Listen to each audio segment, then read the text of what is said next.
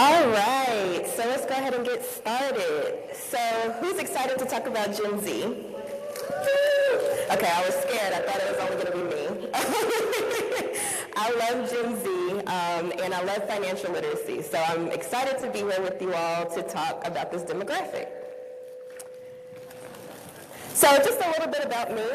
My name is Tiffany Grant. I'm an award-winning financial educator, also accredited financial counselor. I have a bachelor's in business administration, master's in business administration, and I'm just passionate about making financial education accessible. And I focus on Gen Z and millennials, hence why I'm here. I've also taught at the university level, freshmen, so I'm very familiar with Gen Z. All right, so we're going to examine the unique financial landscape of Gen Z. They kind of think about money differently than previous generations, so we'll go over that. Also, we'll talk about the importance of bridging the financial protection gap, which is what you all are here for. And then also, we'll explore strategies to get them more involved via technology and social media, because that's what they love. So I'll go over some best tips with that. And then also, we just want to empower Gen Z to make better financial decisions, including insurance. So that's what we're going to go over. All right, so before we get started, who in here knows a Gen Zer? Mostly everybody. Perfect. So you're going to know exactly what I'm talking about. And I don't see any, I don't think, in here, so we're safe. But Gen Z are those that are born between 1997 and 2012. This generation grew up as technology natives, so they love digital stuff. I know I have a son that's Gen Z, and I mean, in school, they always had tablets and computers and all types of stuff. So they're very familiar with technology, and they trust technology, which is different from different other generations as well. So that's why we have to go where they are, which I'll talk about later. So let's get a look at the statistics a little bit. So just a cliff note, this is looking at Gen Z, because remember I said 1997 to 2012. For the purposes of these studies, they're looking at Gen Zers 18 to 27. So we're not looking at ones that are not old enough to make decisions. So 27% is how much of the workforce there'll be by 2025, which is next year. So there'll be 27% of the workforce. 61% of their top financial goal is to travel and go on vacation, which I thought was interesting. But it makes sense when you start understanding Gen Z. They want to use their money to have experiences and do things. It's not like previous generations. 79% rely on social media for financial advice. That is a gift and a curse because as we probably all know, there's a lot of misinformation on social media, but that's also why I'm here to talk to you all about this, because we need more knowledgeable people putting good information out there for this generation. 39% prefer advice from family members over financial professionals. So you generally won't see Gen Z going into your Charles Schwab or any other financial institution to get financial help. They're going to be asking their family members and friends and going on social media. 56% own at least one investment, which is very different from previous generations. At this age, usually people wait until later in life to start owning investments, but the reason is because the next statistics, 44% started with cryptocurrency because it was the hot, newest thing. And so that brings me to the next statistic, 41% say that FOMO, which is fear of missing out, if you didn't know, drives investing decisions. So when they see on social media that everybody's investing in crypto or everybody's investing in, I don't know if you all remember the AMC GameStop thing that was going on, they want to get in on that. And so that's how they're driving their investment decisions. All right, let's get into some more Gen Z characteristics, because then you'll start understanding what I'm saying about this generation.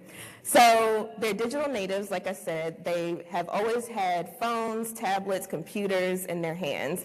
I don't know about you all, but my kids love screen time. I try to limit it, but they love screen time. They're socially conscious. So this is a generation, I don't know if you all have noticed, but they love sticking up for themselves. They love good causes, things of that nature. So they use their money to go towards those things in companies and businesses that focus on what they like.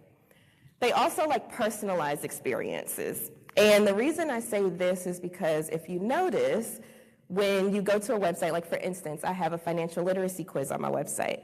They love testing themselves and see how they stack up against other people. And so they love personalized experiences. So for instance, if you're offering insurance and you're like, here's a personalized questionnaire, they'll probably fill it out. They have an entrepreneurial mindset, especially in the age of being a creator, because every little kid or Gen Zer that I talk to, they're like, I want to be a creator, because they think being a creator is so awesome. But they have an entrepreneurial mindset, which is different than previous generations, like Gen X, for instance. They're very into owning their own businesses. And then diverse and inclusive. Like I said, this generation is really about community. They're really about what's going on in the world, social issues, things of that nature. So Gen Zers view money as a tool and as a way to connect with others. So that's why social media does so well. And getting them to spend their money and do different things. I don't know about you all, but I'm like, TikTok has become the new QVC because it's good at getting people to spend money now. And that's where Gen Z is. They're interested in using their money to cultivate experiences. So going back to the other statistic where they said that they would love to spend money on travel and experiences, this is what they're focused on. So, where is Gen Z on social media?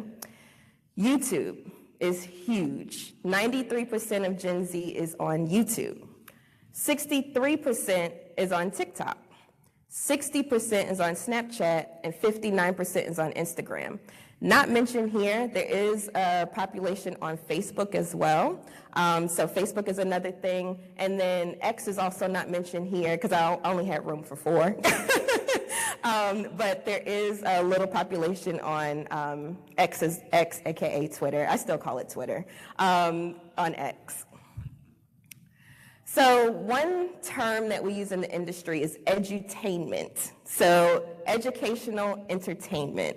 That is what Gen Z and millennials, honestly, are most interested in. So you can't get on camera and say, well, this is the definition of life insurance, right? They're going to zone you out, they're going to tune out. Now, if you have a cool looking video and you have all of these different graphics and things going on, very short attention span, they're going to be like, oh, I love life insurance. It's just going to change the whole dynamic. So we focus on edutainment, making sure that it resonates with the audience, so using their real life examples. So for instance, you might intertwine, I don't know, I'm just doing an example off the top of my head. Let's say you're selling car insurance, right? And you're like, well, what would happen if your car broke down, or your car got into an accident? What would you do? And then maybe have some like cool visuals with that. That will make them more interested in the content. Also, making sure that you have visuals, audio, and multimedia integration, because this generation, like I said, digital natives, so constantly they're looking at stuff. They're constantly intaking information. So it has to be interesting and keep their attention. So visuals, audio, and interactive elements enhance their learning, which is what I integrate in the classroom as well. Interactive learning, so participation. You notice when I first came in, I'm like, okay, who knows? That's the type of stuff that Gen Z likes as well. So they love to interact in the comment section. I don't know if you've all been in comment sections on social media, but the comment sections are super important when it comes to Gen Z. Also, relatable storytelling. Who in here loves a good story? And especially when it comes to marketing. When you're marketing Storytelling is imperative because people want to be able to see themselves in what you're saying. So if you're marketing to Gen Z, then of course you have to use Gen Z related storytelling. You can't use, like for instance, in the classroom, I used to say, mention The Office, right? And use that as an example. But as years went past, The Office was irrelevant. They didn't know who The Office was. And I'm like, how do you all not know The Office? But that's what I mean by making sure you keep it relevant to that audience. So if you master this framework, which I'll get into a little bit more, you can effectively engage Gen Z with your content. So let's get into some best practices with some of these things. So YouTube. YouTube is huge on shorts right now. Who knows what shorts are? Okay, y'all know a little something. So YouTube shorts are like Instagram Reels or Facebook Shorts. They're all pretty much the same thing, which is great for us as marketers because we can repurpose that content across all platforms. So if you have, let's say, a long form video of you talking about an insurance product or what have you, you can chop that up into shorts, make them into reels, and so on and so forth, and publish them on all of the platforms. That is what's huge on YouTube right now. And I actually did a test last week to see about how far things go between long form and shorts. Shorts get way more views than long form videos do because they're pushing it more. All of these platforms are looking at that short form content because that's what's keeping people on the apps. You have to realize with social media, their whole purpose is to keep people on the apps. So anytime that you're trying to divert people away from the apps with links or something that's not keeping their attention, it's not going to get pushed in the algorithms. So make sure you keep that in mind. Also, with YouTube, it's important to look at SEO. So SEO is search engine optimization, and Google is the king of SEO, and they also own YouTube. So it's important to do keyword research, have good video titles and descriptions on YouTube. All of that is important. Also, your captions and everything is important on YouTube as well. Encourage viewer interaction. I don't know if you've all watched, who in here watches YouTube? Should be pretty much everybody. Okay, so on the most interesting videos and the ones that get a lot of views, you'll see that they're talking to the audience. So they're like, oh, make sure you subscribe, or make sure you do this, or go to the comment section and comment or hit the like button if you like this concept, or whatever the case may be. What that is doing is driving viewer participation, which also helps you in the algorithm as well. And then also, don't neglect your analytics. So just putting a video out there and not going back and checking and see how it's doing, how many people viewed it, how many times it showed up in the search, you're not able to hone in on the content that people actually want to see. Because remember, you're doing this for the audience. You're not doing it for yourself. And so you have to be aware of what the audience wants from you. All right, so let's talk about TikTok, because TikTok is huge too. So with TikTok, one thing I didn't mention about YouTube. If you are doing shorts, try to do as many as possible. I would say at least 1 to 2 a day, if you can. If that sounds like a lot, then start, 2 a week and see how that goes, and then build up to that. Because also, the more often you post, the more the algorithms like you as well, because they see that you're making consistent content. So I just wanted to point that out. All right, so back to TikTok. TikTok, you want to do at least like 1 to 3 posts a day, so that way you can keep your content fresh. With some of these platforms, the algorithm is real short. So for instance, X, their algorithm is like 24 minutes. So if you're not posting pretty frequently on X, then people aren't going to see your content. So with all of these algorithms, there's different time frames. I think Instagram is like a few hours. X is like the shortest is like 24 minutes. But the more often you post and the more consistently you post, the better your posts will do in the algorithms. With TikTok, also look at hashtags. Make sure that you're using relevant hashtags, preferably ones that are trending. So if there's a huge trend out, something insurance related, then definitely hop on that. Because if you're using a trending hashtag, it'll get more views. Encourage engagement. Again, this generation is all about engagement. So gone are the days where you just post, you're not asking any questions, you're not, going to the comment section, things like that. You have to engage with this generation. And then, like I said again, leverage the trends. That is key when it comes to TikTok. All right, so Snapchat. Who in here uses Snapchat? I figured I would see less hands with that one. Okay, so with Snapchat, if you use it, it's all about filters. So they have geo filters, which you can use based on location. So if somebody is close to your place of business or wherever you want to geolocate, they can have certain things up there, or they can view different stories at your location, so on and so forth. It also has augmented reality. So one cool thing that I've seen that companies do is they'll make like little, logos or what have you that people can use on their snaps. And that can also get your company out there a little more. Trending hashtags, again, hashtags are very important on all the platforms. Sometimes they're called different things, but make sure that you're using hashtags or tags.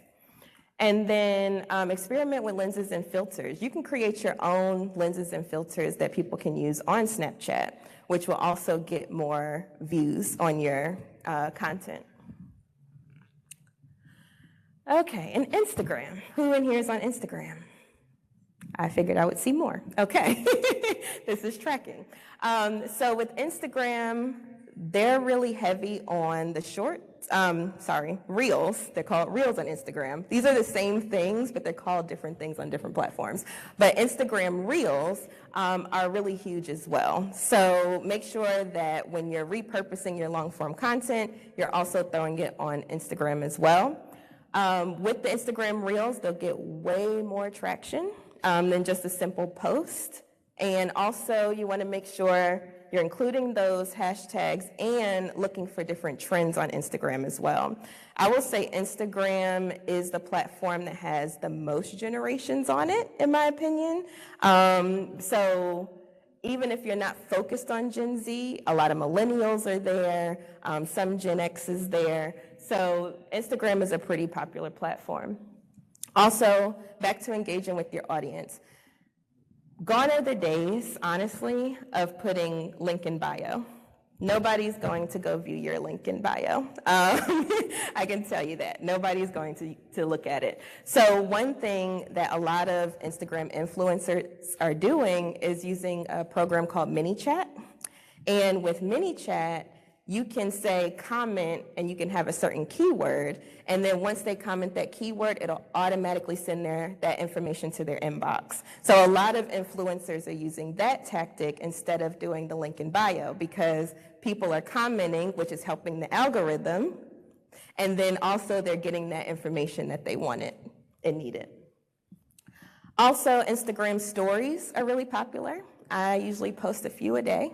Highly recommend. And with Instagram stories, it doesn't just have to be your content. Matter of fact, you can use, for instance, if you follow NAIC and you see something interesting that you think your audience is going to use, then you can just reshare that to your story, and people also interact with that as well. So when you're thinking about content, don't always think about just your stuff and stuff that you create.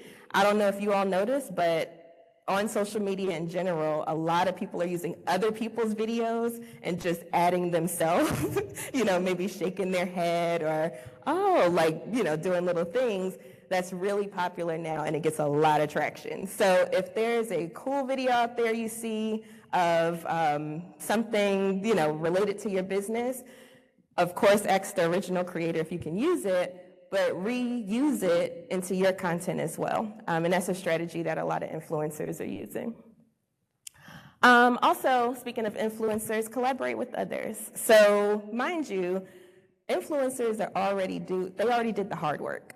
they already brought the audience in. So if you partner with them, now you can tap into their audience. So that is one thing that's really big for companies right now, is using influencers. Now, you might be thinking, well, Tiffany, I don't have the budget to hire an influencer.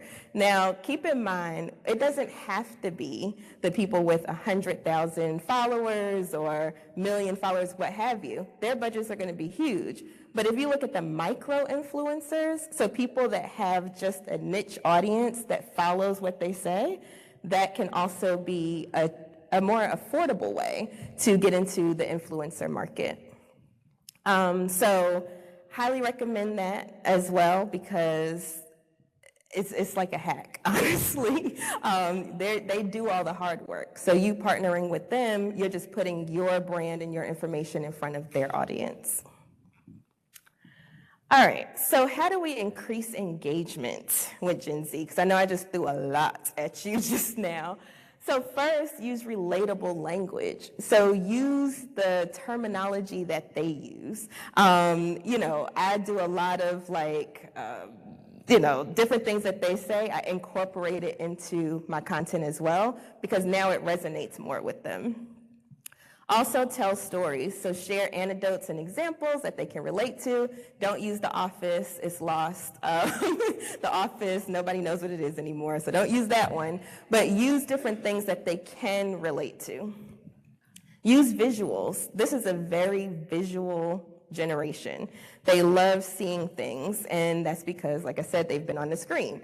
So infographics. Do you all know what an infographic is? Okay, perfect. So infographics do really well, and you can make those into a post, you can put them in blog posts. There's so many different ways that you can use them, but they do well.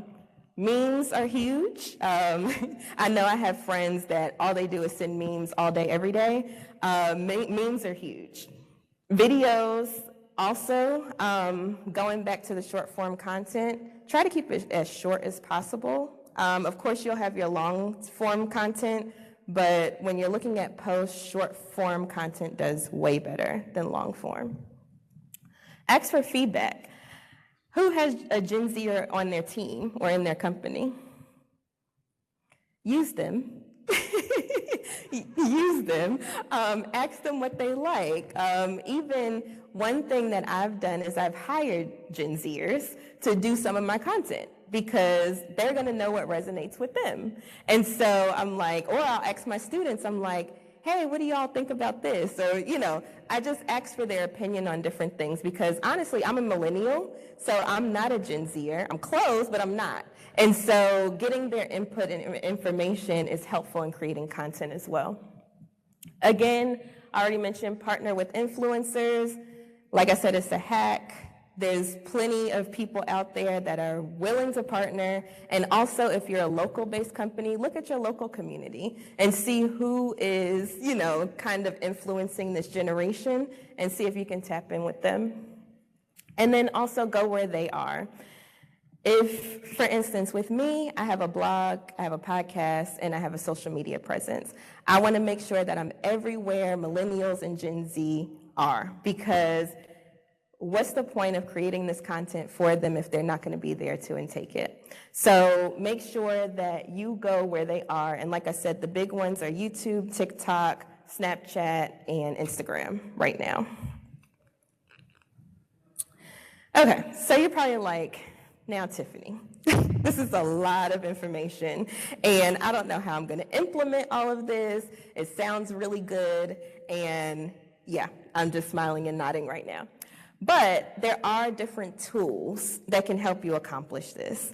And that's why I wanted to do a whole couple of slides on different tools that you can use to manage your social media presence. Now, with these tools, you can have social media monitoring, so they'll track your mentions, your sentiment, which is also good for companies as well, because you can see if someone is being negative about your company. You can go in and, make a comment or whatever the case may be. And you can also look at trends. Some of these social media tools have trends built into them, so they make it really easy to get on trends. One of the ones that I mentioned later, Loomly, That one, it actually gives you post ideas. So no matter what your industry is, it's like, oh, today is pie day, or today is eat your cake day, or whatever. And it lets you know what the big days are, and then you can create content around that. So that's one feature I like with them. Also, content scheduling. This is the big one, because you're like, Tiffany, you said 2 to 3 times for TikTok a day, 1 or maybe let's say 5 times a week for Instagram, so on and so forth. I don't have enough time. Well, that's where scheduling comes in. So you can schedule all these posts to be released whenever you want them to be released. So what I do personally is I'll sit down on a Sunday, block off like 2 hours, 2 to 3 hours or so, and just schedule all my content for the week. That includes my podcast episodes, that includes email newsletters, and that includes my social media posts. So, and you may be thinking, going back to video, with the long form video, there is AI that makes it short form for you. So one of those programs, I don't mention it here, is Opus Clips. So with Opus Clips, you give it your long form video, and it automatically makes like 10 different short form videos for it with the captions and everything. So use the technology at hand. AI is huge right now. AI can create captions for you and create videos for you. It does a lot of different things. So don't be scared of AI. Sometimes it can be scary, but it can be really helpful when it comes to business. Then also analytics and reporting. I like using social media management tools for my analytics because it has everything in one spot. I don't have to go to Instagram, look at those analytics, go to YouTube, go to Snapchat, go to all these different programs and look at it separately. I can look at it all in one platform. So it makes it easier for me to see, okay, what platforms are doing well? Where are people more engaged? What are they engaging with? What's the most important topics? I can look at it all in one screen, which is really helpful. Speaking of, when I looked at my analytics, I realized for me that TikTok is not a big one for me. Even though I have a lot of followers there, I'm losing followers on TikTok because my content is not really TikTok friendly, if that makes sense. So knowing your analytics and seeing what's working and what's not will allow you to adjust and make things better, and also not wasted energy. Because I'm not really focused on TikTok right now because other platforms are doing well. So you can always use that information. So you're probably like, well, Tiffany, what are these wonderful social media tools that you speak of? I made a whole slide for you. So these are some that I have used, either currently used or have used in the past. Loomly, like I said, that one is really cool. It's a little more pricey. They have a lot of features. You can schedule all the social media platforms on Loomly. You can do short form videos and everything. CoSchedule is another one. Crowdfire. Crowdfire is pretty cool because the reason it has that name is because it'll show your content to other people that use Crowdfire for them to reshare it. So, like a crowd fire. So it gets your content out to more people just by using the platform. So that one's pretty cool. Buffer has been in the game for a while. Later is a big one as well, especially for companies. I know a lot of companies that use Later. And then Hootsuite is one that's one of the original ones that has been out there for a while as well. Okay. So what are more strategies for Gen Z? Peer-led education programs. Like I said, this generation loves listening to their own generation, not us, not their parents. They like listening to people that are their age. And so having peer-led education programs, whether it's workshops, webinars, or social media, whatever it is, they will be more apt to listen to someone that's their age in Gen Z as well. I already mentioned influencer collaborations. You see how many times I've mentioned that? Because that's how important it is. Influencer collaborations are important. Integrating financial wellness. So even if you're doing content that's not financial wellness related, integrate financial wellness into it. So sometimes I'll do content around mental health, but I'll integrate financial wellness in there as well. And that's one thing I've learned with this generation too. They're very in tune with mental health more than previous generations. They are quick to say, look, I'm stressed out. I don't want to deal with this today, and so they're really in tune with that. So when I do posts about mental health and things like that, I incorporate a piece of financial wellness because I know that they're going to pay attention to it. Does that make sense? Yeah. All right, and then gamification and interactivity. Like I said, they love testing themselves. They love to see how they're doing against their peers. I have a financial literacy quiz on my website. So many people have filled it out, thousands have filled it out just because they want to see how they're doing, right? So quizzes are huge. If you have a website, pop a quiz on there. You'll see how many more emails and stuff you'll get just from that simple quiz. Also, if you have the ability to develop a mobile app, mind you, there's an app for everything, right? Most people have a ton of apps on their phone. So if you have the ability to develop a mobile app that people will use, that will also be helpful. And then also simulation-based learning tools. One thing that I did with my class, a few different classes, is I did simulated stock market, and it was a hit.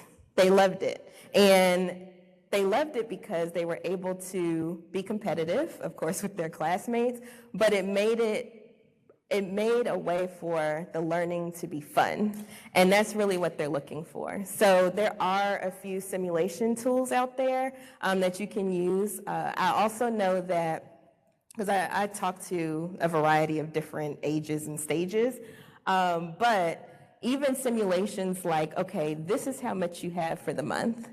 How are we going to spend it? But wait, remember you have rent. Remember you have this, that, and the other. That's another way that you can really get the generation to tune into what you're saying versus just sitting down and talking to them about it, because it just goes in one ear and out the other, honestly. It has to be engaging and it has to be fun. So gamification interactivity is super important. Not just with this generation, I'll also say with millennials as well, because I love a good quiz, personally. All right, and then also, so Money Talk with Tiff is my brand. I have financial literacy resources for Gen Z. Like I said, I have a blog and a podcast. Believe it or not, Gen Z is really into podcasts. So I've had a lot of students like, oh, you have a podcast? What's the name of your podcast?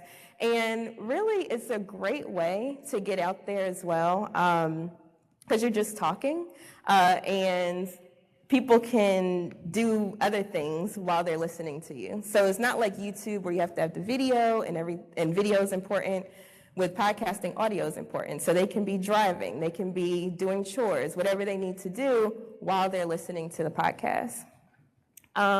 Also, articles. There's a myth out there that blogging is dead. It is not, because everybody is searching stuff. So I'm sure y'all have searched something today on the internet. Well, when you search something, it goes to a blog or it goes to a resource, right? So I still do blogging, I still have articles, and they still do really well. Honestly, that's probably why I'm here today, because I have a blog post on Gen Z financial literacy. And then also another thing, like I said, engagement is important and interactivity. So one thing that I do on the podcast is every Tuesday I do Ask Tiffany. And the audience can submit questions anonymously, because that's another thing with this generation and millennials. They don't really want to be known that it's them. So if there's a way that you can do an anonymous way that they can submit questions or comments, concerns, whatever it is, then that's another strategy as well. And I do get submissions for that as too. And that is pretty much it. So I do want to open it up to questions, because I want to make sure that I'm answering them.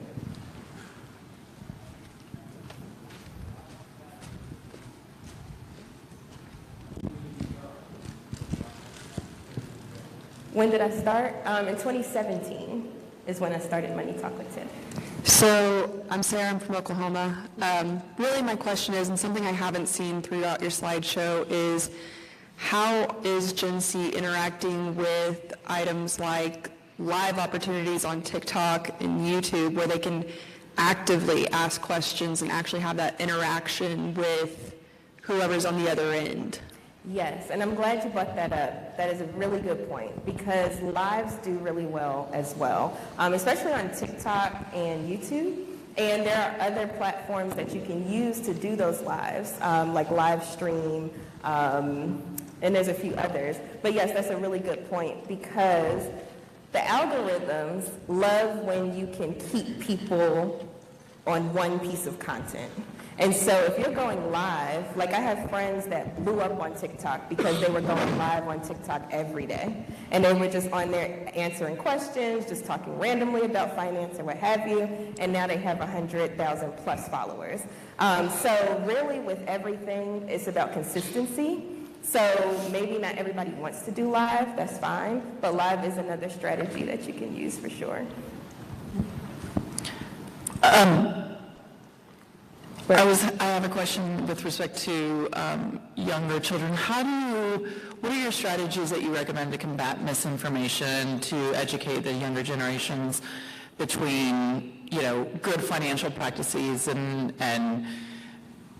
pure advertising and misinformation and things like that? Because my kids come to me and say, I'm going to make $1 million with this YouTube video. This guy is a YouTuber and he makes $1 million. And I'm like, yeah, that's not going to happen, honey.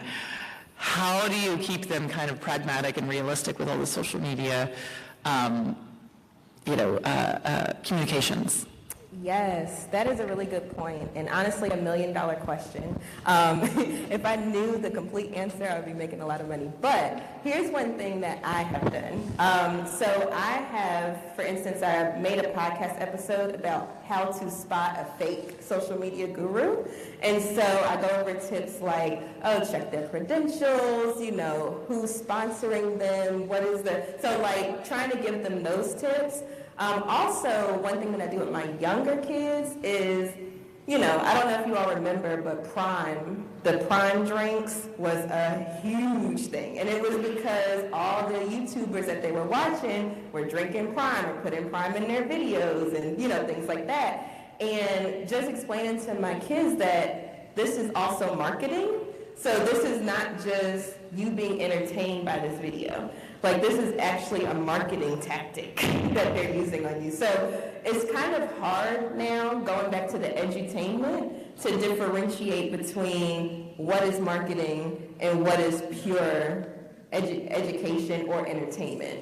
So I think for me, what I've done is just spreading more of how to spot these things, what they look like. I've also, like for my millennials and stuff, I go over, there's a book called Predictably Irrational.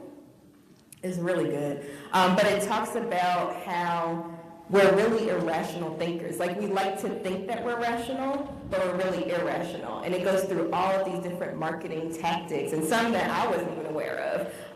But going over some of those key points with my audience also made them aware now. So for me, I think the more we put good information out, then we can, we're not going to stop it because, there's bad actors out there that just want to make money, but at least we can say, okay, here's some good information that you can tap into as well. So it's not just all bad information. But I know the insurance industry for sure, there's a lot of misinformation out there. So definitely need more good content.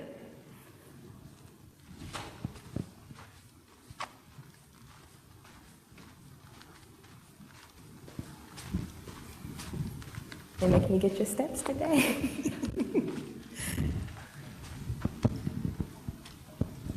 So we talked earlier about how it's hard to find and recruit new people into the insurance industry. So do you have any take on that with any of these platforms?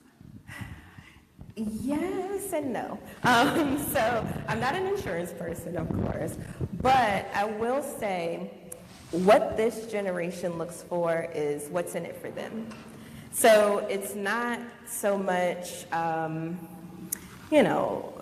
even with like Gen X, for instance, it's like, oh, I'm gonna go get a job and I'm gonna work that job forever, what so on and so forth. So I feel like if you wanna recruit and retain new talent, that's Gen Z, even millennials, honestly, you have to really emphasize what's in it for them.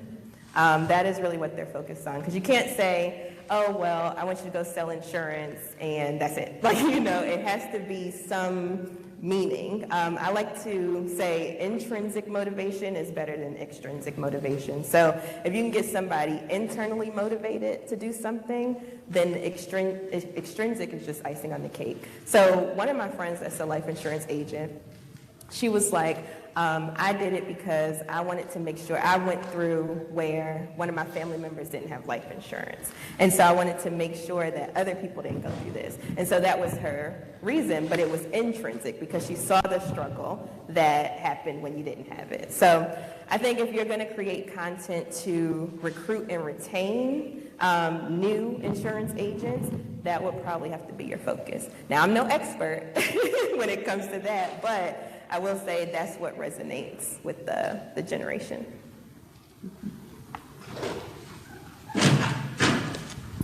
Any other questions? Okay. Just one here in the back. When I hear a term like edutainment, it makes me realize that I'm a lot older and more crotchety than I thought I was. Because I understand it, and I think it's a great term because I have 2 kids that are in this generation. But I guess my question is, when you talk about edutainment for this generation, can you keep it serious?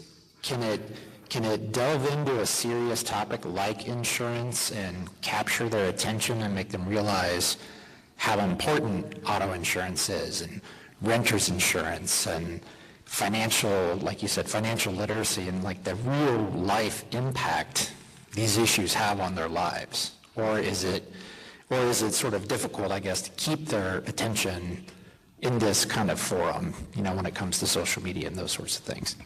Yeah, that's a really good question. So honestly, with my platform, I keep it mostly serious. Like, I'm not the type of creator that's just doing silly dances and, doing different things just to get people's attention. However, that's what does really well. So you kind of have to look at the balance between the two. Like, we want to make sure that they get the right information and everything, but not everybody's going to be out there just doing silly trends and all of that stuff.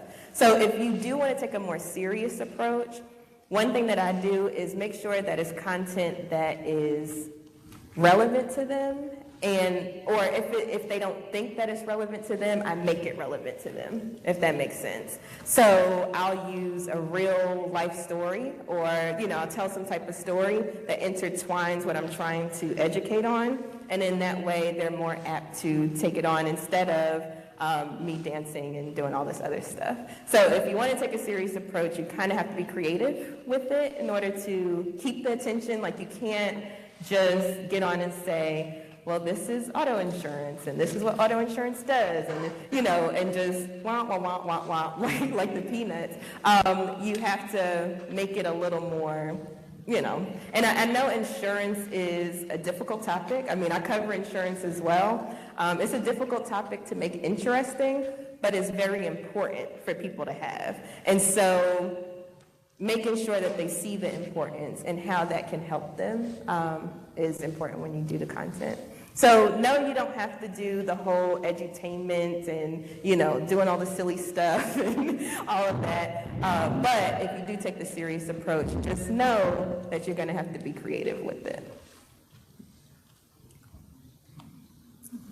All right. Any other questions?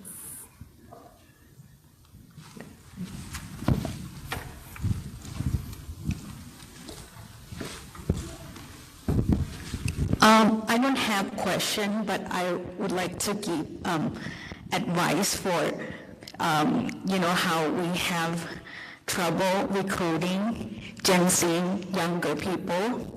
One of the things that I think we can improve is making the job application a little bit easier, because a lot of time when it's like state jobs, it takes a lot of reading, and I have sent state jobs to my younger friends and younger siblings, and they just, it's too much work for them.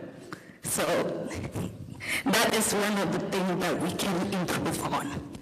Yes, and that's a really good point, and that goes back to how I said they're digital natives. Unfortunately, because they're in front of screens all the time and information is readily at their fingertips, they want it fast, they want it quick. And so even with me as a millennial, if I see that something's going to take too long to fill out, I just don't do it. And so making the application process as simple as possible will be helpful.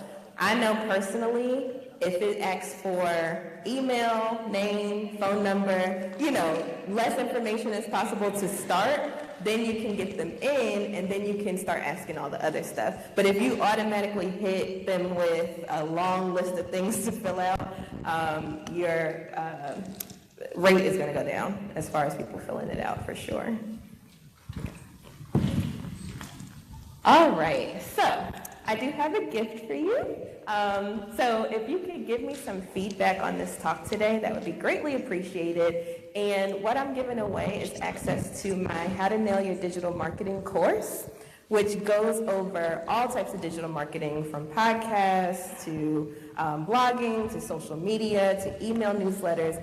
All types of stuff is covered in the course, and I'm actually giving it to you for free, just for giving me feedback on this presentation today. So I appreciate it, and it's really short. It's like 4 or 5 questions, but going back to the attention span, right? I practice what I preach, y'all. So it's a really short survey, it's very unintrusive, and you'll get access to my digital marketing course. So thank you all so much for joining me today.